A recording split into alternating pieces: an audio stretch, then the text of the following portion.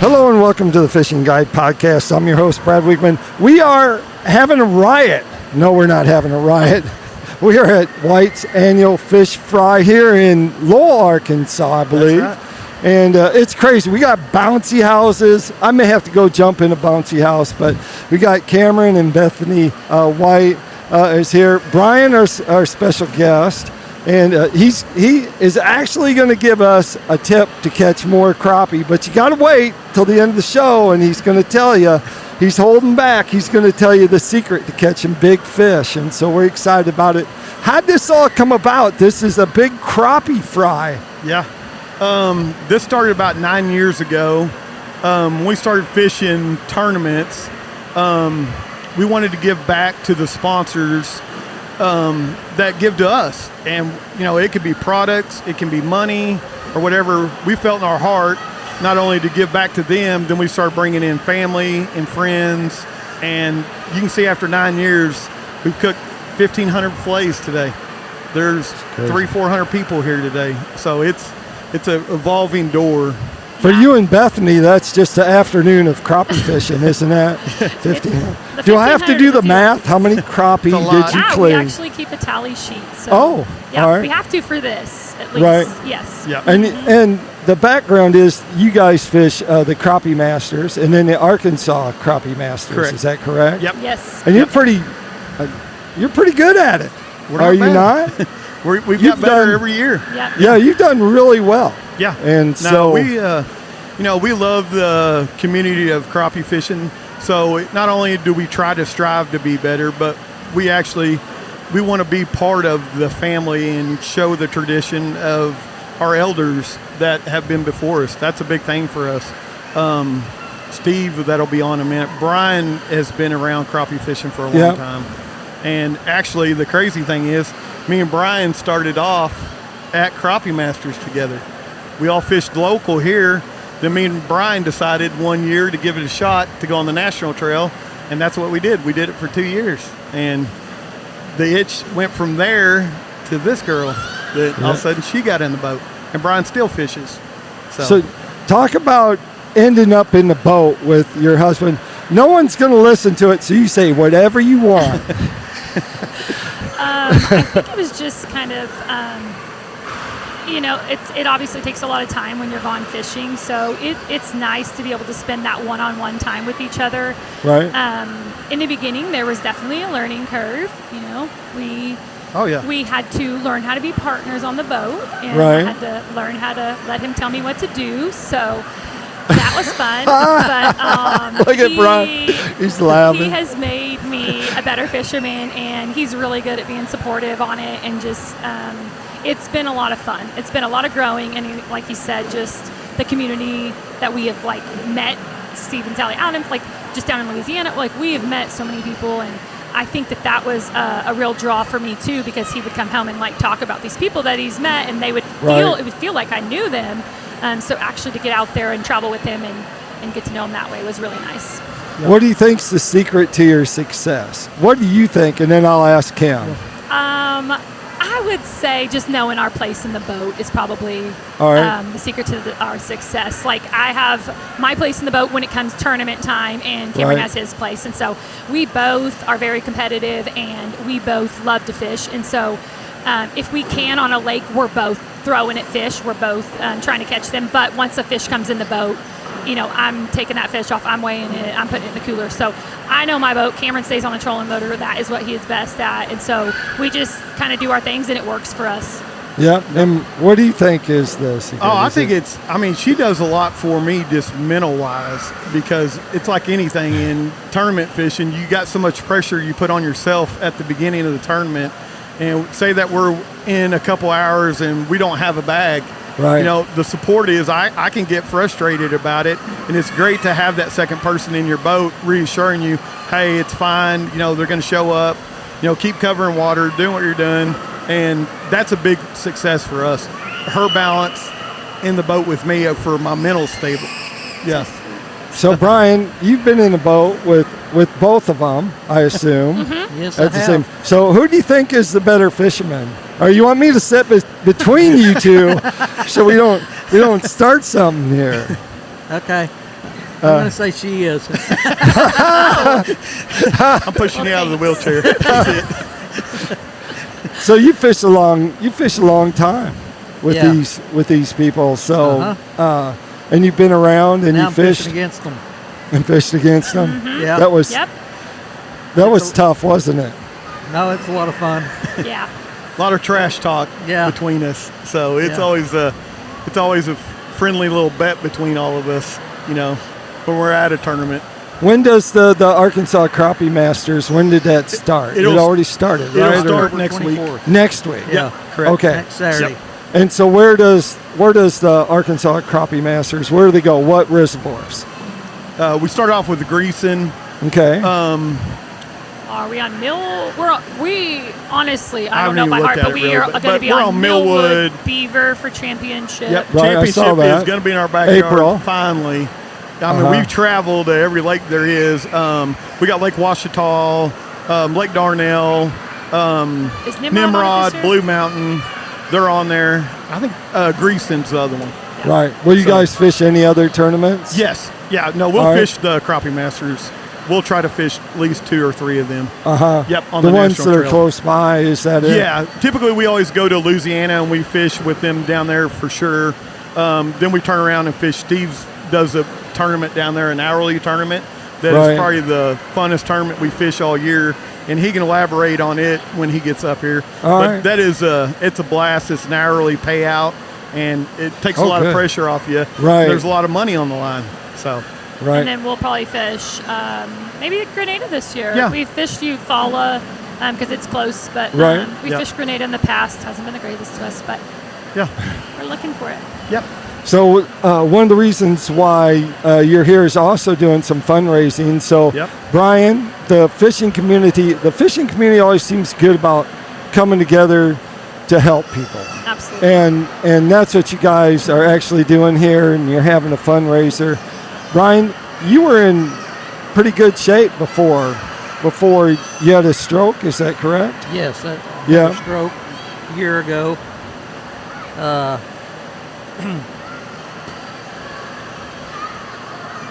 Haven't been fishing since.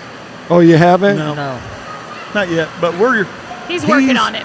Yeah. In 1 year, he's come so far. It's hard for Brian to see it because he's living it every day. Right. But when we get to see him away a week or 2 weeks or a month away from him, it's amazing how far he's actually came up the ladder, and he doesn't realize it.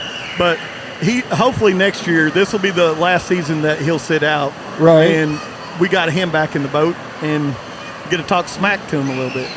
Oh, yeah. Do you think Beaver Lake's one of the hardest lakes to fish when you're fishing those tournaments? You think Beaver was a hard lake to fish? To win? Beaver is hard to win, especially if it's your home lake. Right.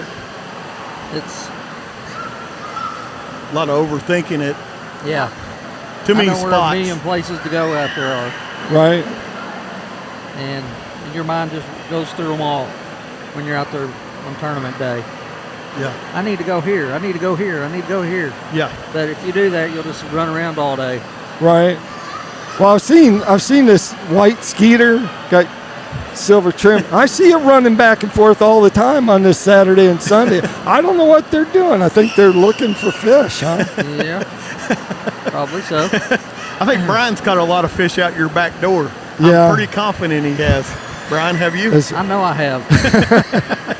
That's close by right there. So that's a cool deal.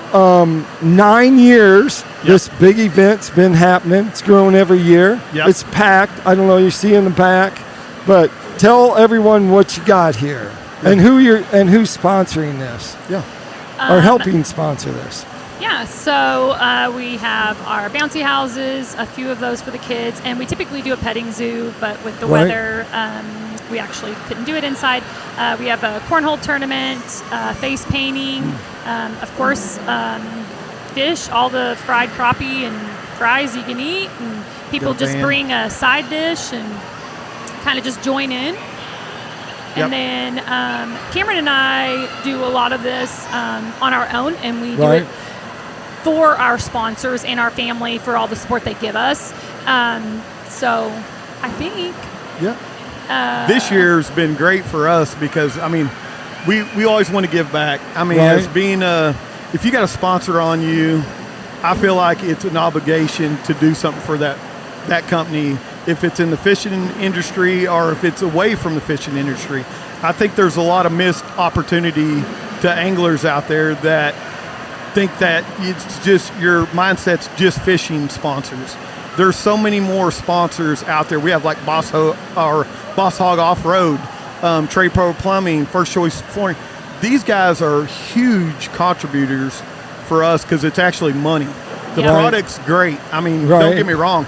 And the way the economy's been, you want to try to help. Like, I mean, we got Arky Lures. We try to push them out. Pops Jigs. We try to push them out. There's only so much you can do for them, but you do want to try to help everyone in it that is associated with us. So for us to give this back to not only them, our friends and family and sponsors, I mean, it's a great event for us. And we enjoy we did have a lot of people help with the raffle items too. 1039 Fishing actually donated several rods, and then we had several of the local Arky Lures donated some product. The guides. And then we had Beaver Rat Lake Guides, the crappie service, Cody Usry, he donated a trip. We had Zing donate a trip. And then actually one of our friends over in Oklahoma donated a fishing trip there too. Craig Nichols. So. Craig Nichols. Craig Nichols. I was hoping he's going to be here. I was going to have him on the show. I'm like, I called him up. I said, you going to be here? No, he's got to do some deer checking. Yeah, deer checking today. I'm like, come on, man. But it's always good to see when we get a benefit. I guarantee you it's going to make a huge impact for Brian and his family. And tell him what the fundraiser goes to. So what the fundraiser's going to, as y'all know how insurance goes, Brian has been on insurance for about a year. Then he just got disability about 3 months ago, right, Brian? Yeah. Somewhere in there. So what that did, that sort of kicked out some of his insurance. So out of pocket, what it's costing for his rehab, that is what my focus was when I talked to him and his wife, Darla, was like, hey, how can we help you? You know, we do this event. I would like to do a fundraiser. Right. It's Brian, and you can ask Brian, it's hard to ask people for money. Right. And stuff. But for us, it's easy because, you know, he's part of our family. So when one guy goes down, one good thing about the crappie world, and you know this, and same way in bass world, everyone will pitch in. And I guarantee today there's been over $5,000 to $6,000, $7,000 raised on Brian's behalf today. So that will go in his pocket. Right. So if someone's watching this, because this won't appear until Monday, if they wanted to help out, could they text you or could they send like a Facebook thing to you? Yes. Yeah, absolutely. You can just reach out. We have Venmo? Darla has a Venmo, but we have Venmo. I have Cash App, PayPal, Apple Pay, all the things. So we are more than happy to accept those on their behalf and pass them over to them or however they'd like to. But absolutely. All right, we're going to let you go back to the table, and we're bringing in Thank you Steve, so much. right? Yep. Yes, We're cutting you out. Okay. Thank you for having me. I know, but you have like important stuff to do. We're just sitting around talking fishing. That's right.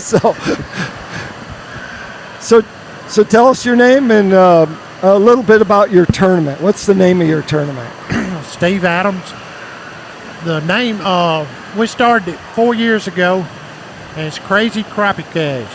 Okay. And we'd fished the Big Bass Splash, right, 8-10 years in a row at Lake Fork. Yeah. And everybody had a lot of fun. There wasn't no pressure. You know, it was just enjoyable. It wasn't like going out there for 8 hours and trying to keep your fish alive and worrying about stuff. I mean, you catch a fish, you look at the information available and make a decision. It's a chess game. Right. You make a decision, do I want to go away now or take a chance? Yeah. And it makes it fun like that. And so what I try doing is putting out information before 15 minutes before the hour. Right. And then tell everybody who won after the hour. And I'll post the scoreboard. And what we do is we start in the morning First weigh-in's 8 o'clock, 9 o'clock, 10 o'clock, 11 o'clock, 12 o'clock, 1 o'clock, 2 o'clock, and then we skip to 4 o'clock. So people who understand, who have grasped the concept, they may come in at, you got 2 hours from 6 to 8. Right. And they may come in at 7:55 or 7:50. Right.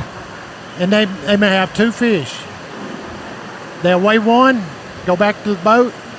Just as soon as the clock strikes 8:01, they'll come back and weigh another one. Right. Then they've got till 10 o'clock To weigh the next. then weigh the next fish or 2 fish. But you can only weigh one per session. But how many can you weigh in total during the day? 8. Oh, you can. You Yeah. can do more than 2, huh? Yeah, I you didn't can. know if you limited that. So last year, the winners the winner, Big Will, he not only won. Wait. His name is. William Whitstone. Okay, geez, like you're drawing like. Big You might Will. put his last name in there. Oh, everybody knows him as Big Okay. Will. All right, Big Wheel. They he won an hour session, Right. and the hours were paying like $500 on Saturday and $400 on Sunday, and so this is the first year we made it 2 days, Oh, 2-day tournament. and so Awesome. you can win it on the first day and don't even have to fish the second day, Right. or you can fish. It's each day stands good for itself.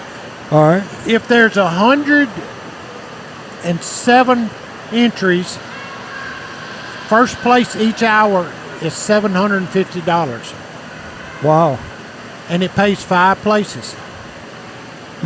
So if there's 70 entries, first place is $500. It pays 5 places.